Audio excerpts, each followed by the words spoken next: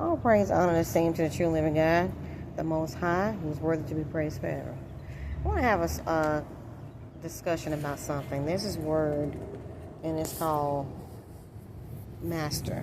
I'm going to read what it says here about master. Okay.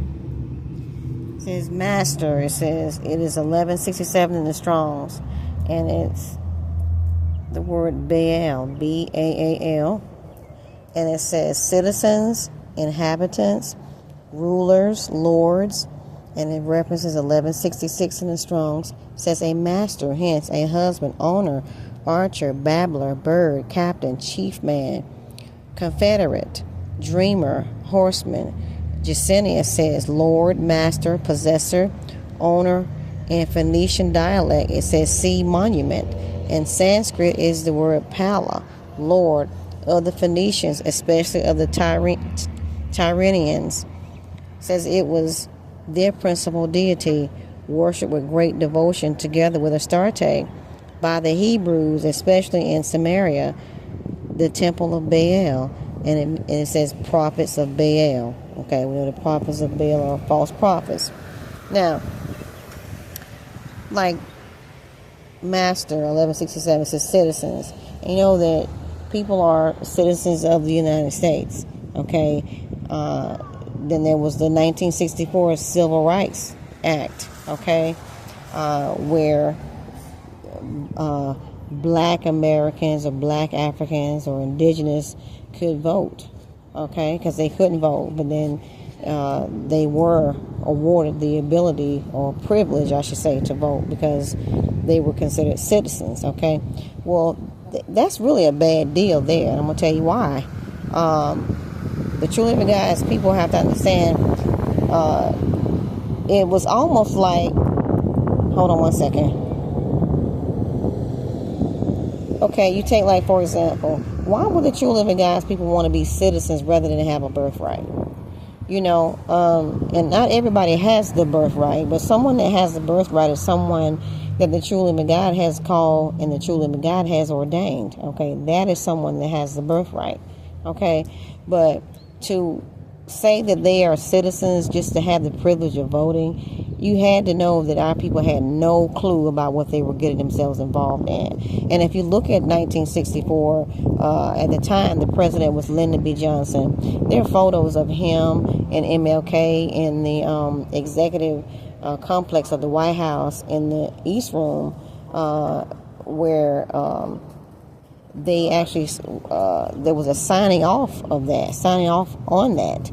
Okay, I'm not sure if MLK signed anything or not, but I definitely know that Lyndon B. Johnson and whoever else signed off on it, and it gave them the right to vote. But at the same time, later on, then MLK said that he feared that he had led his people into a burning building, which we know that the White House did burn down, many years ago. It caught on fire. Maybe not burned down, but it caught on fire, but yet at the same time, which helps us to better understand what the word citizen is all encompassing of. And it's really, people are saying that they're citizens of the United States, but they're really citizens of the United States of Rome is what they are, okay? And I want to show you something too. It lists Confederate. Well, in 1776, the first president was a black man named John Hanson, and he signed off on, not just him, but all that were involved, signed off on the Articles of Confederation. And that word master and Confederate is under that definition of a master, okay? And then it says, Temple of Baal, all right? So then it says sea monument. Well, it says a monument is a structure, building, or written record that becomes, it says a written record that houses a person, event, or activity that can be a statue, a pillar, or stones, often made of stone. Okay. Well, there's a lot going on with this, and I'm probably going to have to come back on here and do a two parts on this because there are a lot of moving parts to this. But I'm saying this to say that many African Americans or indigenous or whatever, have no clue that they are still enslaved. They have no clue that that's what they are. Because you can't say that the Emancipation Proclamation that they said that Abraham Lincoln used to free the slaves freed them. How can Abraham Lincoln free somebody with the Emancipation Proclamation when we've got evidence in the scripture, in the Holy Bible itself, that shows that the true living God sent Moses in there, him and Aaron, to free the Hebrew Israelites out of there. And then we see later on he gave them, then it became Moses' law, where he gave Moses up on the mount. So how can Abraham Lincoln use the Emancipation Proclamation patent to free them with? See how they dealt wisely with them, how they lied? They lied. The Emancipation Proclamation is not a law. It's not. And was Abraham Lincoln, was he Moses? Was he a type of Moses? We know he wasn't, because he says nothing about Moses' law. You see what I'm saying? So, like I said, there are a lot of moving parts with this. There's a lot of other things that go on with this. What else is here? Then it says the